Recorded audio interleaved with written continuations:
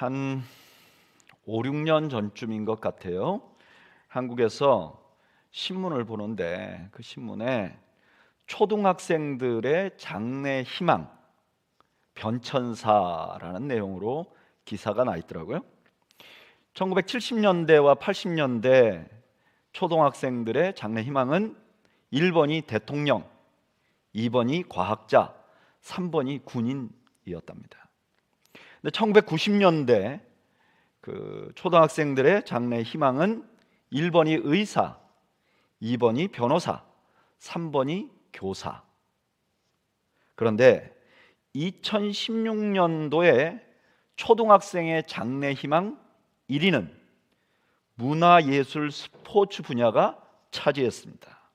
2위는 교사, 교수 등 교육 분야, 3위는 음식 관련 업종, 4위는 보건업종, 그러니까 의사 선생님, 간호사, 그 다음에 거기에 종교인까지 포함이 되어 있었습니다.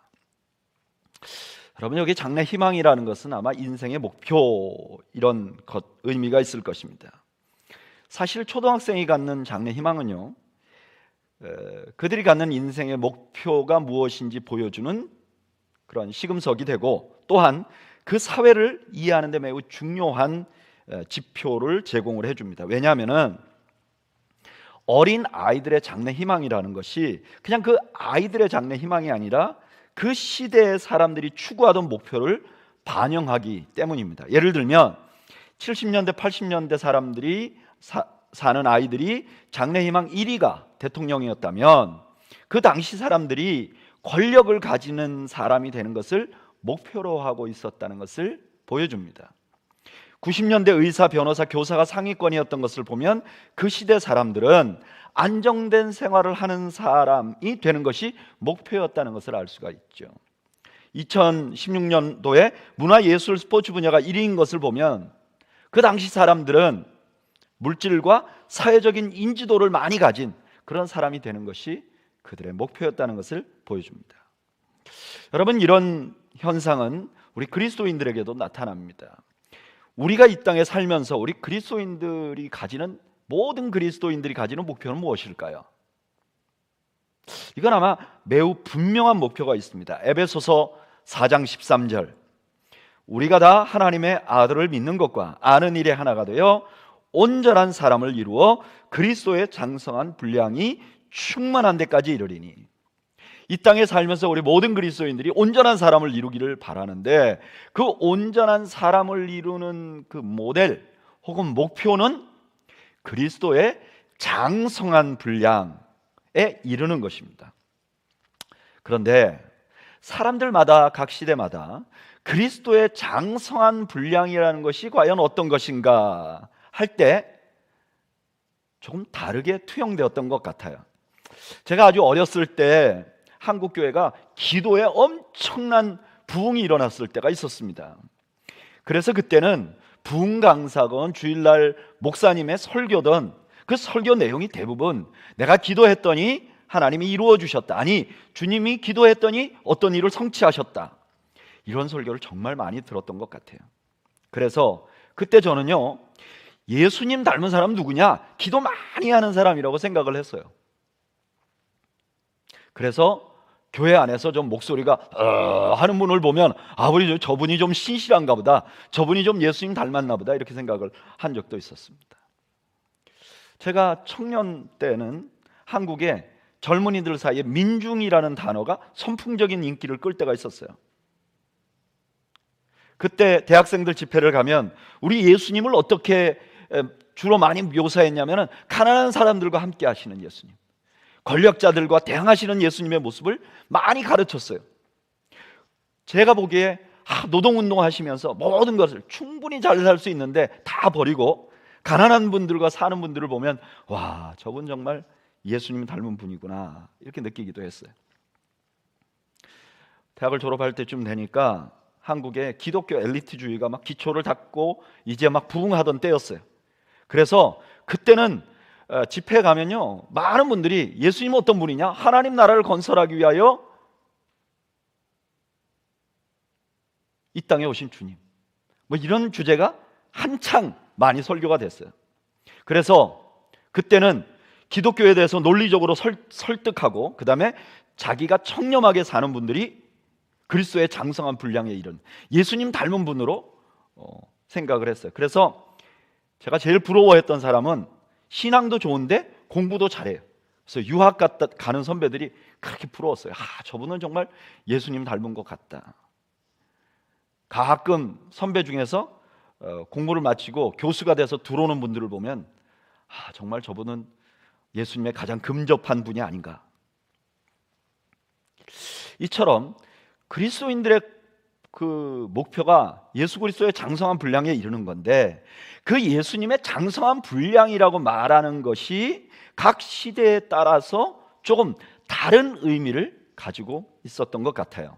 이런 변화는 시대적으로만 변하는 게 아니라 개인의 성향에 따라서도 다르게 보이기도 합니다. 어떤 분들은 이런 예수님의 모습을 너무 담고 싶어하고, 어떤 분들은 예수님의 이런 모습을 너무 담기를 원하는 거예요. 그럼 우리가 이런 질문이 생깁니다. 그리스도의 장성한 분량이라는 것이 세상 사람들이 장래 희망을 갖듯이 그렇게 시대마다 바뀌는 것이 정상인가? 성경에서 이게 그리스도의 장성한 분량이야 라고 분명하게 말하는 건 없는가? 아니, 좀 그런 게 어렵다면 적어도 그리스도의 장성한 분량이라고 말한다면 이 요소는 반드시 있어야 된다. 이것 없이는 그리스도의 장성한 분량이 안 된다. 네가 어떤 예수님을 꿈꾸던 반드시 이 요소는 있어야 된다라고 말할 수 있는 요소는 없는가? 그런 고민이 생겼어요. 그런데 오늘 본문이 그런 저의 질문에 대한 대답을 주고 있습니다. 오늘 본문 누가복음 23장 46절을 다시 한번 읽어볼까요? 예수께서 큰 소리로 불러 이르시되 아버지, 내 영혼을 아버지 손에 부탁하나이다 하고 이 말씀을 하신 후 숨지시니라. 지금 누가복음 23장 46절에는 예수님이 말씀을 하시는데 그 말씀 하시고 나서 숨지셨다는 거예요. 그러니까 이 모습이 예수님의 지상사역의 마지막 모습이었다는 거죠. 이 이후에 예수님은 죽으시고 그리고 부활하셨어요. 부활하시고 나서 이 땅에 계셨지만 그때는 시간과 공간에 제약을 받지 않으셨어요. 그리고 승천 후에는 하나님 보좌 우편에 계세요. 그러니까 지금 이 순간 이후에 우리가 보는 주님의 모습은 전부 다 신적인 모습이에요. 우리가 흉내낼 수 없는 모습이에요. 그렇게 보면 오늘 본문의 주님의 모습은 우리가 닮아갈 수 있는 최종 목표예요. 그런데 여기서 주님이 뭐라고 말씀하시는가? 아버지, 내 영혼을 아버지 손에 부탁합니다. 자기의 영혼을 아버지 손에 부탁한다고 말해요. 여기 부탁한다는 말은 누가복음에 이렇게 사용됐습니다. 사도행전 14장 23절에 각 교회에서 장로들을 택하여 금식 기도하며 그들이 믿는 주께 그들을 위탁하고 할 때 위탁이라는 말하고 여기 예수님이 부탁한다는 말하고 똑같은 말이에요. 그러니까 지금 주님은 자기의 영혼을 하나님께 의탁해 드리는 거예요. 자신의 모든 권리를 포기해버리고 하나님이 원하시는 대로 하나님께 맡겨버린다는 거예요. 이걸 우리는 자기 부인이라고 말합니다. 지금 주님께서는 십자가에서 자기 부인의 모습을 마지막으로 보여주고 있는 거예요. 사실 우리 예수님께서 십자가의 마지막 모습이 자기를 부인하는 모습이었다는 것은 별로 놀랍지 않아요. 왜냐하면 예수님께서 계속해서 지상사역 내내 지켜오던 원칙이 있어요. 그게 무엇이냐? 그것은 자기의 뜻대로 하는 것이 아니라 하나님의 뜻대로 하는 것이었어요. 예수님은 때에 관해서 철저하게 하나님께 순종했습니다. 마가복음 1장 15절에 보면 이렇게 말씀하세요. 이르시되 때가 찼고 하나님의 나라가 가까웠으니 회개하고 복음을 믿으라 하시더라. 예수님이 그동안 30살 동안 그대로 있었던 것은 하나님의 때를 기다린 거예요. 때가 되매 순종하신 것이죠. 또한 주님은요 철저하게 하나님의 방법대로 순종하셨어요. 누가복음 10장 21절에 보면 이렇게 말씀하세요. 그때 예수께서 성령으로 기뻐하시며 이르시되 천지의 주되이신 아버지여 이것을 지혜롭고 슬기 있는 자들에게 숨기시고 어린 아이들에게는 나타내심을 감사하나이다. 옳소이다. 이렇게 된 것이 아버지의 뜻이니이다. 예수님은 아버지 하나님의 뜻대로 그 방법대로 하기를 원하셨어요. 그리고 순종하셨어요.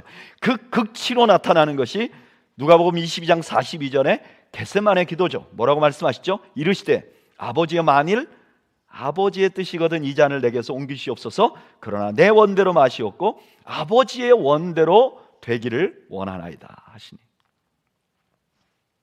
뿐만 아니라 예수님의 목표도 하나님의 뜻을 이루는 것이었어요. 요한복음 6장 38절에 내가 하늘에서 내려온 것은 내 뜻을 행하려 함이 아니요 나를 보내신 이의 뜻을 행하려 함이라. 예수님의 삶은요, 전체적으로 한마디로 말하면 자기 부인이에요. 이것을 사도 바울은 이렇게 요약을 합니다. 빌립보서 2장 5절에서 8절, 너무나 유명한 말씀이죠. 읽어볼까요? 너희 안에 이 마음을 품으라 곧 그리스도 예수의 마음이니. 예수님의 마음을 한마디로 말해보겠다는 거예요. 6절에 뭐라 그러죠? 그는 근본 하나님의 본체시나 하나님과 동등됨을 취할 것으로 여기지 아니하시고 오히려 자기를 비우셨다 그래요. 자기를 부인하셨다는 거예요. 종의 형체를 가지사 사람들과 같이 되셨고 사람의 모양으로 나타나사 자기를 낮추시고 죽기까지 복종하셨으니 곧 십자가에 죽으십니다. 예수님의 지상의 삶을 한마디로 말하면 자기 비움, 자기 부인이라는 거예요. 그러니까 지금 예수님께서 십자가에서 마지막에 자기 부인의 모습을 보여주는 것은 당연한 것입니다. 그런데 예수님께서 일생 동안 자기 부인의 모습을 보여주셨지만 그의 생의 마지막, 이 땅의 사역의 마지막, 십자가에서 자신의 목숨을 들이시기 전 마지막에 보여준 모습이 자기 부인이라는 것은 좀 특별한 의미가 있어요. 여러분, 예수님 지상 사역의 절정은 십자가입니다. 예수님은 십자가를 향해서 나아가세요. 그런데 그 십자가, 예수님의 사역의 절정인 십자가에서 마지막으로 하신 말씀이 자기 부인이라는 거예요. 이것은 어떤 의미가 있는가? 예수님께서 일생을 통해서 자신이 부인되는 것을 보여주시고 또 제자들에게 계속해서 자기를 부인하라고 가르치셨는데, 이거는 그냥 예수님이 가르치신 여러 가르침 중에 하나가 아니라 이 자기 부인이라는 것은 그리스도인들의 삶의 중심일 뿐만 아니라 최종 목표이기도 하다는 것을 알려주고 계시는 것입니다. 예수님이 지금 왜 십자가의 마지막 순간에 이렇게 말씀하셨는가? 자기 부인이 목표라는 것을 알려주는 것이죠. 그러면 우리가 이런 의문이 생겨요. 아니, 왜 예수님이 이걸 그렇게 마지막에 이렇게 강조하시고 계시는가? 그냥 십자가에 죽으셔도 하나님께서 예수님의 영혼을 지켜주셨을 거예요. 또 우리의 구원도 완성되었을 거예요. 근데 굳이 마지막에 이 말씀을 하신 이유가 뭘까? 왜 마지막에 자기를 부인하라고 이렇게 간절히 모범으로서 보여주고 계신가?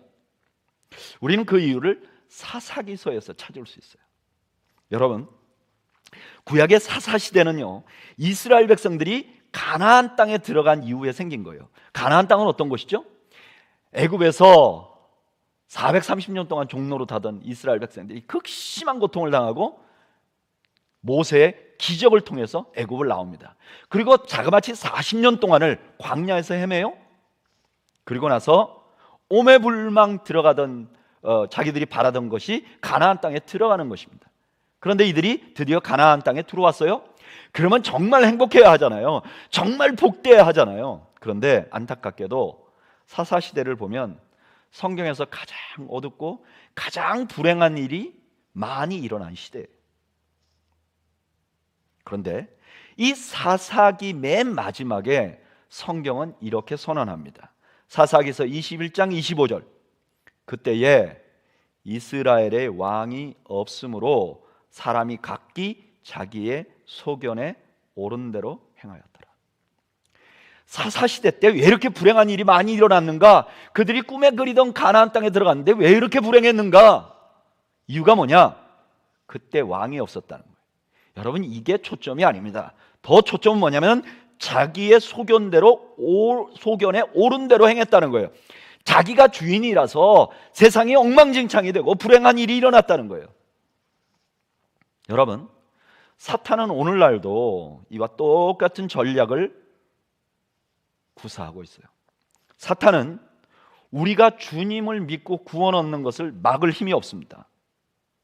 그런데 사탄은 우리가 예수님의 것이 되는 것은 막을 수 없지만 그가 이 땅에 살면서 불행하게 살게는 만들 수 있는 거예요. 그래서 사탄은 계속해서 우리에게 매스컴과 학자들의 학문을 통해서 그리고 주변 환경을 통해서 이렇게 말하는 거예요. 네가 원하는 대로 해. 그래야 행복이야. 너가 원하는 대로 해야 돼. 너 중심으로 세상을 봐. 그래야 행복해. 너가 제일 중요한 사람이야. 너가 없으면 세상도 없어. 자아가 펄펄 살아있도록 만드는 것입니다. 이렇게 하면요, 사람들이 살아가면서 계속해서 다른 사람들에게 상처를 줍니다. 예전에 어떤 분이 이런 말을 하더라고요. 목사님, 내 아들이 며느리하고 집에 방문해서 밥 먹고 나서 설거지를 하면 그렇게 멍청해 보여요. 그런데 사위가 설거지를 하는 걸 보면 그렇게 자상해 보인다는 거예요. 여러분, 이런 자아중심적인 판단이 수많은 가정의 고부 갈등의 원인이 되는 거예요. 자기 눈으로 보는 거예요. 그래서 정말 사랑하는 사람을 만나가지고 이런 가정이 지옥이 되도록 만드는 원인이 되기도 하는 거죠. 나 중심으로 보는 게 옳은 거야 라는 것 때문에 다른 이들에게 상처를 주는 거예요. 뿐만 아니라 상처를 주기만 하는 게 아니라 상처를 받기도 해요. 유기성 목사님이라는 목사님이 있죠. 이분이 쓴 나는 죽고 예수로 사는 사람이라는 책이 있는데 굉장히 베스트셀러예요. 이 책에 이런 얘기가 있어요. 목회를 하다 보면 자신이 상처를 받았다고 말하는 사람들을 자주 만나게 됩니다. 이 말을 다르게 생각해 보면 자신은 지금까지 상처받기 쉬운 자아를 붙잡고 살았다는 말이 됩니다. 많은 교인들이 살기가 힘들다고 하소연합니다. 이 말 역시 지금까지 자기 힘으로 살아보려고 애썼다는 말이 되는 것입니다. 내가 죽어버리면 상처를 안 받아요. 근데 내가 살아있으니까 상처받기도 하고 힘든 거죠. 사탄은 내가 살아있으므로 내가 끊임없이 상처받게 만드는 거예요. 뿐만 아니라 이것은 하나님과의 관계도 단절되게 만들어 버립니다. 그 대표적인 사람이 누구죠? 야곱이죠. 야곱의 일생을 그냥 한 장면에서 딱 집약한 사건이 있어요. 그게 야복강 나루토의 씨름이에요. 야곱은 어려서부터 하나님을 믿었어요. 그런데 어떻게 믿었는가? 하나님을 씨름하듯 하나님을 넘겨보려고 자기를 축복하는 하나님, 세상의 중심에 자기를 두고 하나님도 자기를 축복해줘야 된다고 생각하면서 살았던 거예요.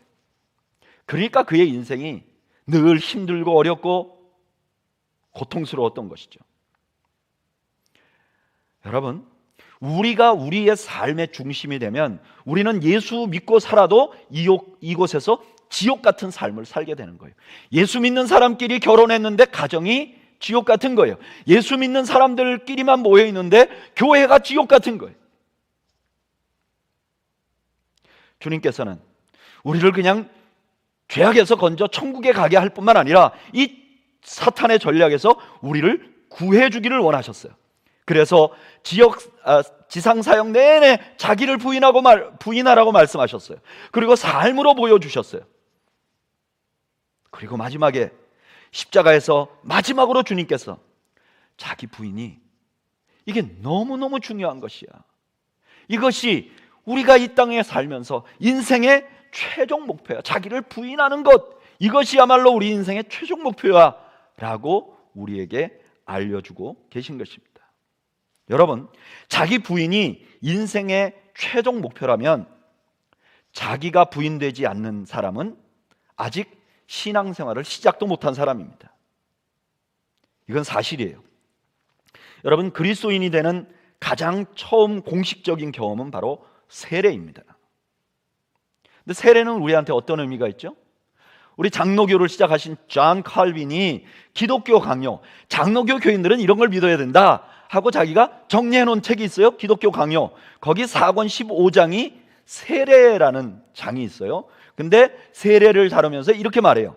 세례는 그리스도 안에서 죽고 새로워진 것에 대한 증표이다. 기독교인이 되는 가장 첫걸음이 세례받는 것인데, 세례는 내가 그리스도 안에 죽었다는 증거라는 거예요. 근데 내가 죽지 않으면 그 세례는 세례의 의미가 없는 거죠. 그리고 우리 그리스도인들이 매 예배시마다 우리가 성찬을 합니다. 근데 성찬은 어떤 의미죠? 고린도전서 10장 16절, 우리가 축복하는 바 축복의 잔은 그리스도의 피에 참여함이 아니며 우리가 떼는 떡은 그리스도의 몸에 참여함이 아니냐. 성찬은요, 예수님의 죽으심에 참여하는 거예요. 그러니까 자기가 부인되지 않고 올바른 성찬에 참여할 수 없어요. 뿐만 아니라 자기가 부인되는 것은 제자가 되는데 필수 조건이에요. 누가복음 9장 23절에 이렇게 말해요. 또 무리에게 이르시되 아무든지 나를 따라오려거든 자기를 부인하고 날마다 제 십자가를 지고 나를 따를 것이니라.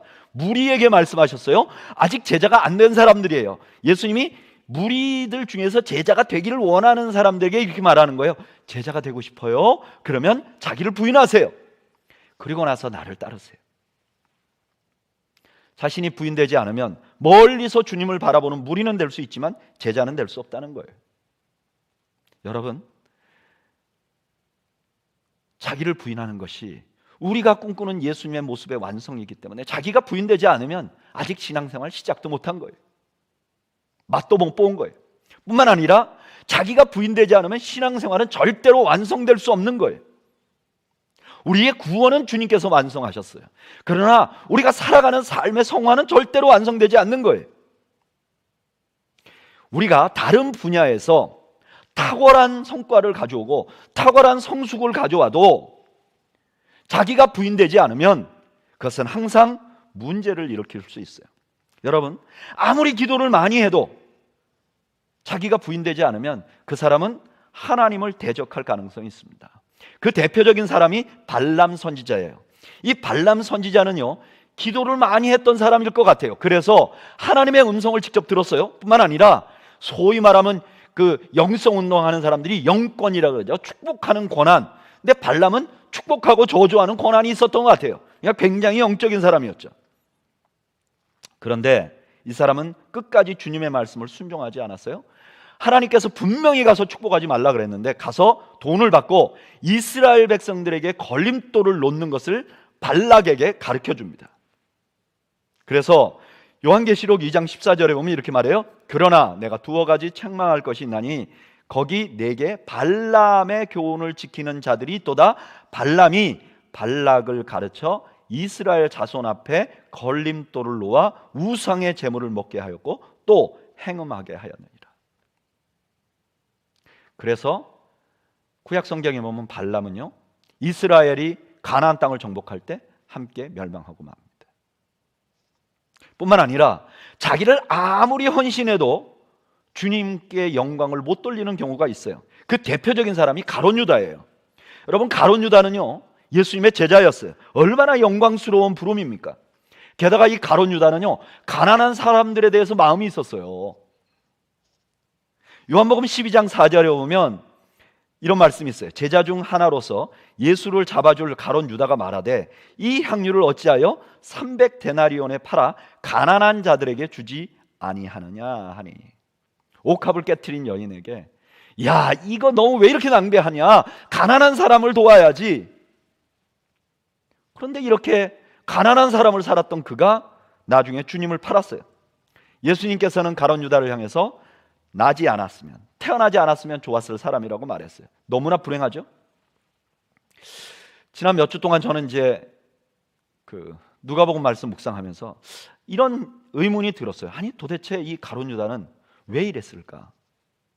왜 가룟 유다는 예수님과 같이 있고 가난한 사람들에 대해서 마음을 두고 있었고 충분히 헌신되어 있었는데 왜 이 사람은 이렇게 주님을 배신하는, 나지 않았으면 좋겠다는 인생이 되었을까? 그러다가 제가 열쇠가 되는 구절을 발견했어요. 요한복음 12장 6절 이렇게 말씀해요. 이렇게 말함은 가난한 자들을 생각함이 아니요 그는 도둑이라 돈 괴를 맞고 거기 넣는 것을 훔쳐감이로라. 가룟 유다가 예수님의 제자였어요. 예수님은 도둑질 하지 말라는 말씀을 굉장히 많이 하셨을 거예요. 증거가 있어요. 마가복음 7장 21절에 보면 예수님이 이렇게 말해요. 속에서 곧 사람의 마음에서 나오는 것은 악한 생각과 곧 음란과 도둑질과 살인과. 예수님 분명히 사람들을 모아놓고 도둑질에 관해 설교를 했어요. 가룟 유다는 그 말씀을 자기에게 적용하지 않았던 거죠. 자기가 세상의 중심에 있었어요. 자아가 살아 자기가 예수님을 판단하고 있었어요. 결국 그는 예수님을 팔게 되고 스스로를 파멸의 길로 가도록 만들었어요. 자기가 죽지 않으면 이런 헌신도 주님께 영광이 안 되도록 만들 수 있는 거예요. 뿐만 아니라 아무리 지성적으로 뛰어나고 청렴해도 주님께 영광이 안 되는 경우가 있어요. 누가복음 18장 18절에 이런 말씀이 있습니다. 어떤 관리가 물어 이르되 선한 선생님이여 내가 무엇을 하여야 영생을 얻으리이까? 이 사람이요 예수님 앞에 나와서 영생에 대해서 관심을 가졌어요. 당시의 관리가 내가 어떻게 하면 세상에서 뛰어난 사람이 되겠습니까? 라는 질문이 아니라 영생에 대한 질문을 가졌다는 건 대단한 거예요. 그리고 이분이 관리였고 다른 성경에 보면 젊었다 그래요. 그러니까 얼마나 엘리트예요. 19절에 예수님이 이렇게 말해요. 예수께서 이르시되 내가 어찌하여 나를 선하다 일컫느냐? 하나님 한 분 외에는 선한 이가 없느니라. 네가 계명을 안 하니, 예수님이 이렇게 말해요. 네가 계명을 안 하니 간음하지 말라, 살인하지 말라, 도둑질하지 말라, 거짓 증언하지 말라, 내 부모를 공경하라 하였느니라. 이렇게 말했어요. 그랬더니 이 사람 말해요. 여짜오되 이것은 내가 어려서부터 다 지키었나이다. 이 사람은 엘리트였어요. 그리고 도덕적으로 올바로 살았어요. 근데 예수님 뭐라 그러죠? 네가 가진 거 다 팔아서 나눠주고 나를 따르라. 그는요 자기를 버리지 못해서 이 엄청난 축복을 놓치게 되는 거예요. 분명히 영성도 귀해요. 가난한 자들을 위한 헌신도 귀해요. 지성도 귀해요. 그러나 이 모든 것이 자기 부인이 되지 않으면 항상 위험한 거예요. 사람을 상하게 할 수 있고 교회를 위험에 빠뜨릴 수 있고 주님의 영광을 가릴 수 있는 거예요. 한옥 목사님이 쓴 리더십 책에 이런 얘기가 있어요. 명검일수록 칼집이 좋아야 한다. 그렇지 않으면 사람을 다치게 할 수 있다. 이 말은 리더가 명검, 그러니까 실력, 리더로서의 자질이 있어야 된다는 거예요. 그런데 리더로서의 자질은 너무 좋은데 인격이라는 칼집이 없으면 그 실력이 다른 사람을 힘들게 만든다는 거예요. 그런데 자아 부인도 이런 역할을 하는 것 같아요. 여러분, 우리가 신앙생활 하다 보면 지성이 있어야죠. 영성이 있어야죠. 헌신이 있어야죠. 그러나 이 모든 것이 다 있다 하더라도 자기가 부인되지 않으면 완성이 안 되는 거예요. 이것으로 다른 사람을 해할 수 있는 거예요. 오늘 예수님께서는 예수를 믿었지만 이 땅에서 사단의 꾀임에 빠져서 자기 중심으로 살아가며 지옥 같은 인생을 살지 않기 위해서 십자가에서 이렇게 말씀하시는 거예요. 마지막은, 최종 목표는 나를 부인하는 거야. 그런데 이렇게 이 최종 목표가 자기를 부인하는 것이라는 것을 예수님께서 계속 말씀하셨지만 맨 마지막에 또 한 번 말씀하심으로 자기 부인에 대해서 또 하나 중요한 원리를 우리에게 설명을 해주세요. 그게 뭐냐? 자기 부인하는 것은 과정이라는 거예요. 이거는 한 번에 이루어지는 것이 아니라는 것입니다. 우리 일생 계속해서 지속적으로 추구해야 될 과정이라는 거예요. 이거는 예수님께서 이전에 가르치신 가르침과도 일치합니다.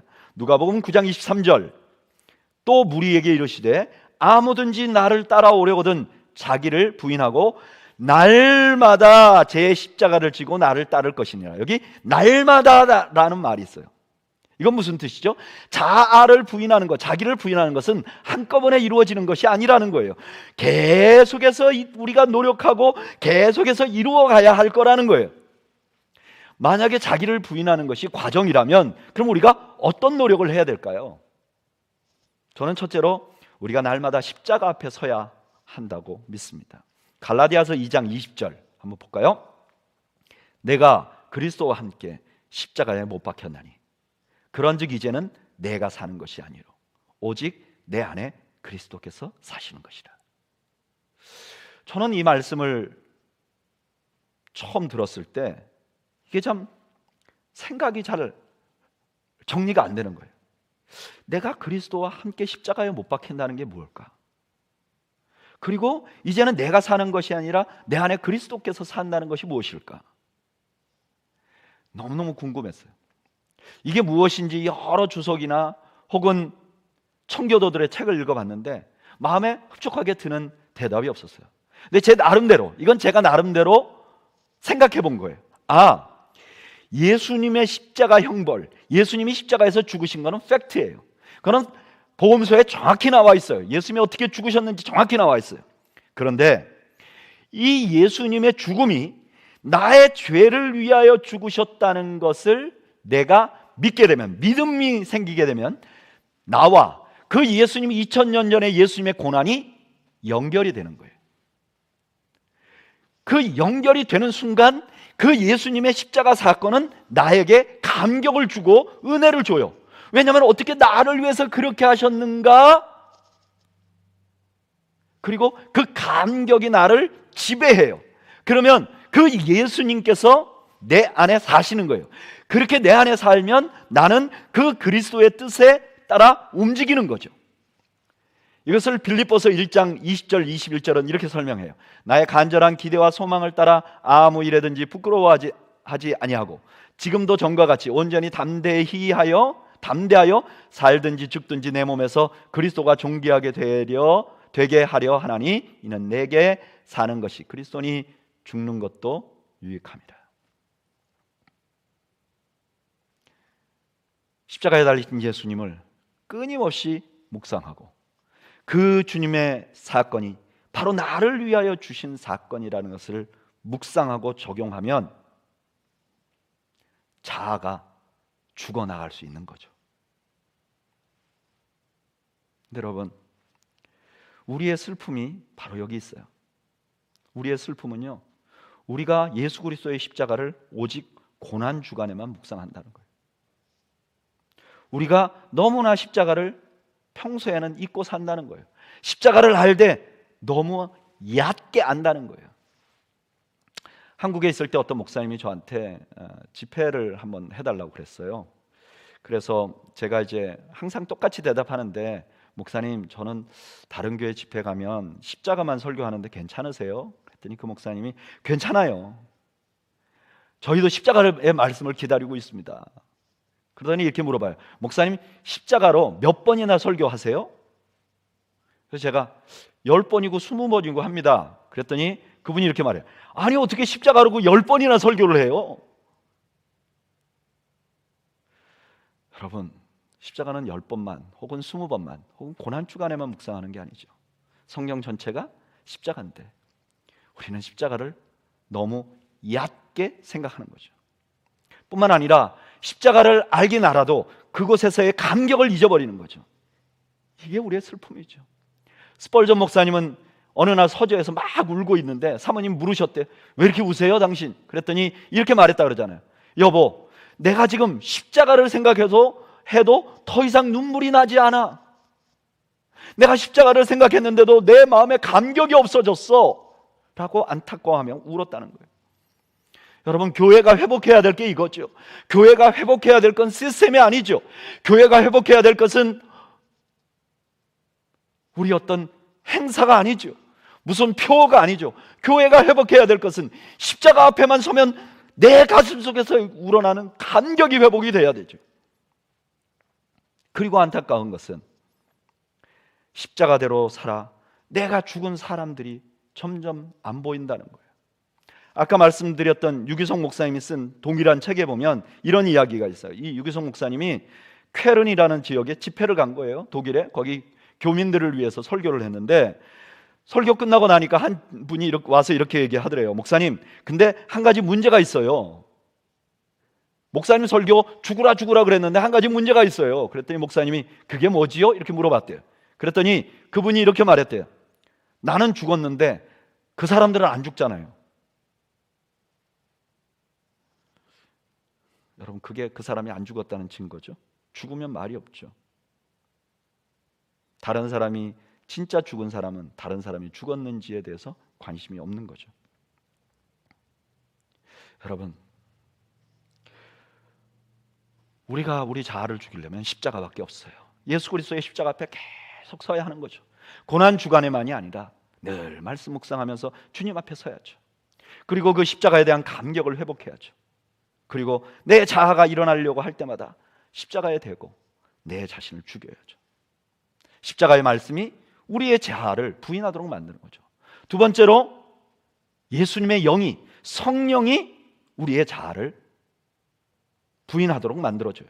성령의 이끌림을 받을 때 자아가 부인되게 돼 있어요. 로마서 8장 13절에 이렇게 말해요. 너희가 육신대로 살면 반드시 죽을 것이로되 영으로서 몸의 행실을 죽이면 살리리. 여기 영은 성령이에요. 성령이 몸의 행실을 죽인다는 거예요. 이건 어떻게 되는 건가? 로마서 8장 9절이 설명을 해줘요. 만일 너희 속에 하나님의 영이 거하시면 너희가 육신에 있지 아니하고 영에 있나니 누구든지 그리스도의 영이 없으면 그리스도의 사람이 아니라. 또 그리스도께서 너희 안에 계시면 몸은 죄로 말미암아 죽은 것이나 영은 의로 말미암아 살아 있는 것이니라. 예수님을 묵상하면 예수님의 영이 우리 안에 가득하죠. 예수님의 마음이. 그러면 우리 육신의 욕심이 죽죠. 그리고 예수님의 영이 살죠. 이게 갈라디아서 2장 20절의 원리와 너무나 유사하잖아요. 마이클 고먼이라는 쓴 십자가의 영성, 신학과 영성이라는 책이 있어요. 이건 아마 십자가에 대해서 쓴 책 중에 가장 잘 집대성된 책인 것 같아요. 이 책에 이런 말이 있어요. 성령은 능동적으로 죽이는 역할을 하신다. 그리스도가 죽임을 당하실 때 일어났던 일들이 성령으로 말미암아 계속 일어난다. 신자는 육을 따르는 옛 삶에 대하여 죽는다. 우리가 예수님의 십자가를 묵상하면 예수님의 마음이 이해가 되고, 그 예수님이 그 마음 때문에 내가 살게 됐다고 생각하면 그 예수님의 마음이 나의 마음이 되고, 내 마음에 예수님의 마음이 들어오면 그 예수님의 마음은 나의 생각을 죽이고 예수님의 뜻에 따라 순종할 마음을 주고 그의 뜻에 따라서 이끌려 간다는 거예요. 이렇게 계속하면 내 뜻과 내 생각은 점점 없어지고 오직 예수님의 뜻에만 따라 살게 된다는 거예요.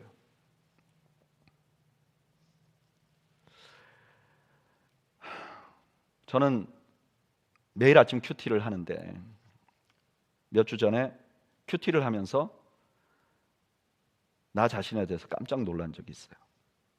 여러분도 아시다시피 저는 십자가 설교를 하는 목사예요. 십자가가 중요하다고 매일같이 말하는 사람이에요. 그래서 제가 생각할 때 제 자신이 꽤나 많이 자아가 부인되었다고 생각했었던 거죠. 그런데 제 자신에 관해서 제가 두 가지 사실을 알게 됐어요. 첫째는, 저는 사역을 하면서 한 4번 정도 사역지를 옮긴 적이 있어요. 옮길 때마다 굉장히 타당한 이유를 가지고 옮겼어요. 그런데 분명히 타당한 이유를 가지고 옮겼는데 진짜 정직하게 물어보니까 그 모든 타당한 이유의 핵심에 내가 있는 거예요. 내가 타당하다는 이유를 가지고 내가 교회를 내려놓은 거죠. 또 하나, 제가 십자가 설교를 하면서 내가 죽었다고 그렇게 말을 많이 했는데 내가 가장 많이 쓰는 말, 내가 쓰는 말 중에 가장 많이 습관적으로 쓰는 말 중에 하나가 내 생각에는 이라는 말이라는 사실을 알게 됐어. 저와 가장 가까운 사람이 알게 해준 거죠. 내 생각에는. 제가 계속해서 주님의 생각이 더 중요하다고 말하지만 저에게는 내 생각이 제일 중요한 사람이었던 거죠. 그날 아침에 큐티를 하면서 내가 성령에 붙들리는 신용만 하고 있는 불쌍한 사람이라는 것을 알게 됐어요. 그리고 그날 주님, 나는 내가 없어지고 예수님만 살기를 바래왔는데 아직도 내가 시퍼렇게 살아있군요. 그날 간절하게 성령님을 구했어요. 성령님, 나에게 오셔서 나를 지배해달라고. 여러분, 저를 위해서 기도해 주세요. 성령님의 지배를 받도록. 저도 여러분들을 위해서 기도하겠습니다. 우리가 성령의 지배를 받으며 살도록. 여러분, 십자가를 묵상하면서 그 영이 나를 지배해 달라고 구하세요. 그러면 성령의 지배하에 내 자아가 죽는 것을 경험하게 될 것입니다. 또 하나, 자아가 죽는 것이 과정이기 때문에 그 과정 중에서 가장 우리 자아를 죽일 수 있는, 자아를 부인하게 잘 만드는 도구 중에 하나가 고난이에요. 고난을 통해서 연단을 받으면 자기가 부인돼요. 사도 바울이 고린도 교회에 보낸 두 번째 편지에서 고난이 자기에게 준 유익이 무엇인지 이렇게 말합니다. 고린도후서 1장 8절, 형제들아, 우리가 아시아에서 당한 환난을 너희가 모르기를 원하지 아니하노니 힘에 겹도록 심한 고난을 당하여 살 소망까지 끊어지고 우리는 우리 자신이 사형 선고를 받은 줄 알았으니 이는 우리로 자기를 의지하지 말고 오직 죽은 자를 다시 살리시는 하나님만 의지하게 하심이라. 바울이 당한 고난이 바울이 자기를 의지하지 않고 하나님을 의지하도록 하기 위해서 죽었다는 거예요. 그렇습니다. 고난은 종종 우리가 우리 자신을 돌아보게 만들어요. 욥기 42장 5절에 이렇게 말해요. 내가 죽게 대하여 귀로 듣기만 하여 싸우니 이제는 눈으로 주를 배움나이다. 그러므로 내가 스스로 거두어드리고 티끌과 제 가운데서 회개하나이다. 욥이요, 고난당하기 전까지는 자기가 죄인이라고 생각 안 했어요. 근데 고난당하고 나니까 자기가 보이는 거예요. 고난이 없을 때 자기가 잘한 줄 알았어요. 그런데 고난을 당하고 나니까 자기가 부족하다는 걸 알게 된 거예요. 뿐만 아니라 이 고난은 나를 꺾어버릴 수 있는 축복입니다. 히브리서 5장 8절에 이렇게 말해요. 그가 아들이시면서도 받으신 고난으로 순종함을 배워서, 예수님이 순종을 어떻게 배웠느냐? 고난 가운데 배웠다는 거예요. 이처럼 고난은 우리가 나를 꺾어버릴 수 있는 기회를 줘요. 그래서 고난은 우리가 우리를 부인하는 기회를 주시는 하나님의 축복입니다. 여러분, 자아 부인은 우리가 일생 추구해야 될 목표이고 과정이에요. 그래서 십자가의 말씀을 주셨어요. 성령을 보내셨어요. 고난을 주셨어요. 그래서 우리가 우리 자신을 부인하기를 바라는 거예요. 저는 여러분들이 매일매일 십자가 앞에 서고 성령님의 도우심을 받고 고난을 통해서 예수님을 닮아가는 여러분들이 되시기를 바랍니다. 그런데 오늘 본문은 여기에서 마지막으로 자아 부인에 대한 또 다른 아주 중요한 진리를 하나 알려줘요. 그것은 무엇인가? 자아 부인이 하나님을 신뢰하는 것이라는 거예요. 여러분, 오늘 본문은요, 분명히 자기 부인의 외침이에요. 그런데 이 말씀은 시편 31편 5절을 인용한 거예요. 시편 31편 5절에 뭐라 그러냐? 내가 나의 영을 주의 손에 부탁하나이다. 진리의 하나님 여호와여 나를 속량하셨나이다. 그러면 이 시편 31편은 31편은 어떤 시인가? 시편 31편 13절에 보면 이런 말씀이 있어요. 내가 무리의 비방을 들음으로 사방이 두려움으로 감싸였나이다. 그들이 나를 치려고 함께 의논할 때에 내 생명을 빼앗기로 꾀하였나이다. 지금 시인은요, 두려움에, 캄캄함에 가득 차 있었어요. 그리고 사람들이 자기를 죽이려 하고 있었어요. 그런데 이런 상황에서 이 시편 31편은 이런 상황에서도 하나님을 의지하겠다는 것이 이 시의 핵심이에요. 14절 이렇게 말해요. 여호와여 그러하여도 나는 주께 의지하고 말하기를 주는 내 하나님이시라 하였나이다. 이런 하나님을 신뢰한다는 말의 집약이 내가 나의 영을 주의 손에 부탁하나이다, 이 말씀이었어요. 여러분, 오늘 본문의 예수님의 상황도 이와 유사했어요. 오늘 본문 바로 이전에 누가복음 23장 44절에 이렇게 말해요. 때가 6시쯤 되어 해가 빛을 잃고 온 땅에 어두움이 임하여 제9시까지 계속하여 세상이 캄캄해졌어요. 십자가의 완전한 절망을 보여준 거예요. 바로 그때 주님께서 외치셨어요. 내 영혼을 아버지 손에 부탁합니다. 이거는 하나님을 신뢰하고 아무리 캄캄해도 하나님을 신뢰하겠다는 외침인 거죠.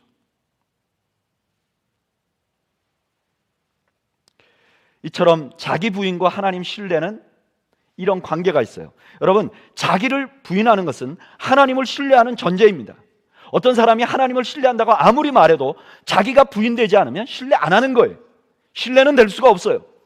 자기 부인은 하나님의 신뢰가 일어날 수 있도록 이끌어줘요. 자기를 부인하고 나면요, 사람이요 무언가 의지하고 싶어져요. 신뢰할 것이 필요해요. 그래서 하나님을 신뢰할 수밖에 없어요. 뿐만 아니라 자기 부인은 하나님을 신뢰하는 것을 품고 있어요. 하나님 앞에 자기를 부인하는 것이 곧 하나님을 신뢰하는 거예요. 그런데 시편 31편의 절망 속에서도 하나님을 신뢰한 결과는 어땠나요? 31편 21절에 이렇게 말해요. 여호와를 찬송할지어다 견고한 성에서 그 놀라운 사랑을 내게 보이셨음이로다. 시인은요 가장 절망 가운데서 하나님을 신뢰하고 그곳에서 하나님의 사랑을 경험했다 그랬어요. 절망 가운데 하나님을 신뢰하겠다고 부르짖은 예수님은 어떻게 되셨죠? 사흘 후에 부활하셨어요. 여러분, 우리가 절망적일 때 하나님을 신뢰하면 하나님의 역사를 경험할 수 있어요. 그런데 하나님을 신뢰하는 게 너무너무 어려워요. 왜 어렵냐? 내 자아 때문에 어려워요. 그래서 오늘 본문에서 주님은 절망 가운데 자기를 부인하는 외침을 하신 이유는 우리에게 이렇게 말하는 거예요. 야, 믿을 수 없는 너를 의지하지 마라. 나를 부인하고 나면 그 다음에 하나님을 신뢰할 수 있게 되는 거예요. 하나님을 신뢰하면요, 구약의 시편 31편을 쓴 시인이 하나님의 사랑 가운데 하나님의 역사하시는 역사를 경험했듯이, 예수님께서 십자가에 죽으신 후에 부활을 경험했듯이, 우리가 그리스도 안에서 자기를 부인하고 하나님을 신뢰하면 이 땅에 살면서 생명을 경험하는 거예요. 이 땅에 살면서 정말 그리스도 안에서 영원한 영생의 삶을 산다는 건 이런 거구나, 기쁨을 누리는 거예요. 그리고 죽고 나서 영원한 영생에 들어가는 거예요.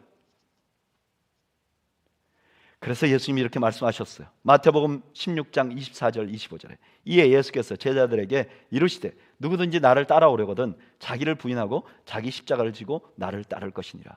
여기까지 우리가 다 알죠. 그 다음에 이렇게 말해요. 누구든지 제 목숨을 구원하고자 하면 잃을 것이요, 누구든지 자기 목숨만을 위해서 자아가 살아있으면 결국 그것도 잃어버릴 거라는 거예요. 지옥 같은 삶을 살 거라는 거예요. 그런데 누구든지 나를 위하여, 예수님을 위하여 자기 목숨을 잃어버리면 그는 찾을 것이다. 예수님께서 이 땅에 우리에게 보여주신 원리죠. 여러분, 저는 여러분들이 자기를 부인하신 예수님을 닮아가기를 또 추구하기를 바랍니다. 그래서 그것 때문에 자연스럽게 주님을 신뢰하기를 바랍니다. 주님을 신뢰함으로 여러분들의 삶 속에 주님께서 붙들어 주신 기적, 주님께서 붙들어 주신 은혜가 더 많이 일어나기를, 그 은혜의 간증이 더 많이 일어나기를 바랍니다. 그리고 이 땅을 마칠 때 영원한 하나님 나라 천국을 누리는 여러분들이 되시기를 축복합니다. 저는 지난 11주 동안 십자가에 대한 설교를 해왔습니다. 오늘 이 시리즈의 마지막입니다.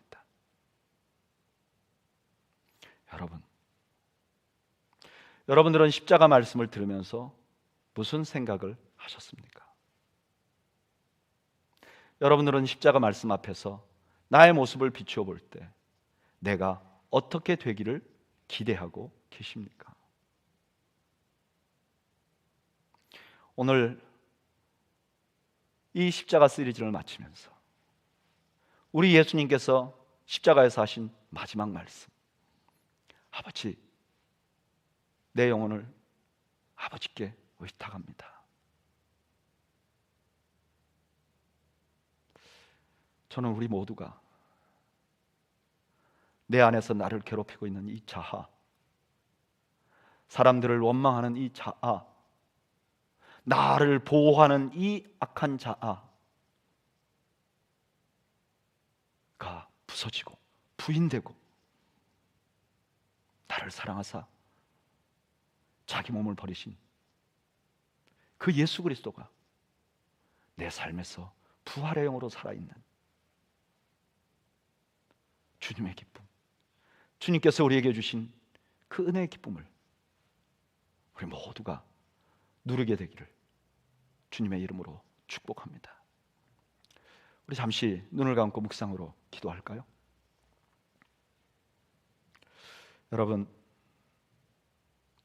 여러분들은 이 시간에 무엇을 기대하고 계십니까? 아니, 여러분들 중에 어떤 분들은 수십 년 동안 신앙생활을 해오셨을 것입니다. 수년 동안 신앙생활을 해오셨을 것입니다. 여러분들은 이 신앙생활을 하면서 무엇을 기대하고 계십니까?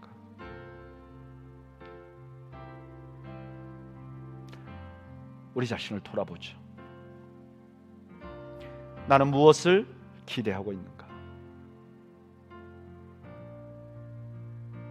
혹시 나는